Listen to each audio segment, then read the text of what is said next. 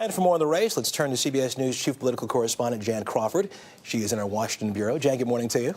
Well, good morning, Russ. Let's talk about the CBS News poll, some of the latest results. Now, voters said that President Obama has worked hard to bring change, but when asked if the president made progress fixing the economy, 68% said no, 28% said yes.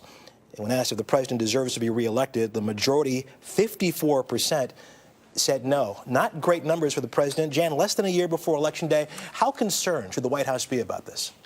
Well, I mean, they sure aren't going to make President Obama smile. I mean, it cannot come as a surprise, though, Russ. His approval ratings have been low for months and months, especially on that key issue of the economy. But the thing is, he's not turning these numbers around. And no president since Truman, and that's back in 1948, has been reelected with approval ratings that low. And that was before we were born, Russ.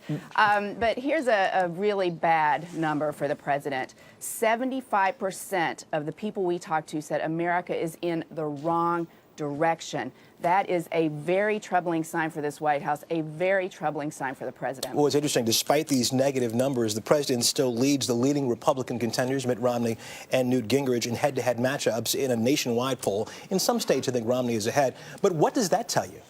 Well, you know, again, I mean, that is not great news for the president, even though it sounds good, because we haven't even had a real head-to-head matchup. The president is out there on the kind of stump already, going to these key states, pushing his policies. He's had this bully pulpit of sorts, and yet 2/3 of the people say they have no idea what he wants to accomplish in a second term. He's been out there, kind of his campaign has been slamming Mitt Romney, you know, every which way till Sunday, but still the voters are saying that they don't think the president is doing that good of a job. And when there is a Republican nominee, we actually have a Republican nominee, then you're going to get that head-to-head matchup, and that's a real candidate, and that could even be more problems for the president. Let me ask you about Rick Perry. A couple of more flubs this week. Let's take a look at one. Whether it was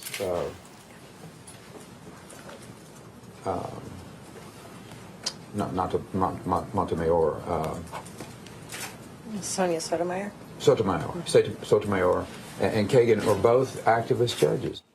So if he forgets the names of one of the Supreme Court justices, he also said there are 8 justices instead of 9. At this point, what do these types of gaffes do to his campaign?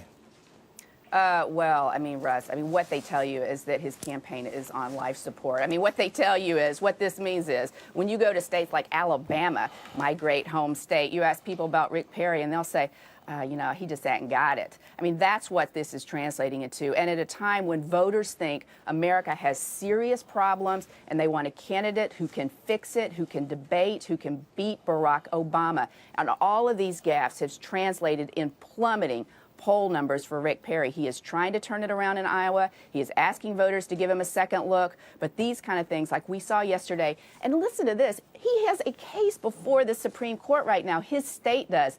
Not good news for Rick Perry. Jan Crawford, born many years after 1948. As always. You too. That's true. Thank you so much. See you next time. Thanks.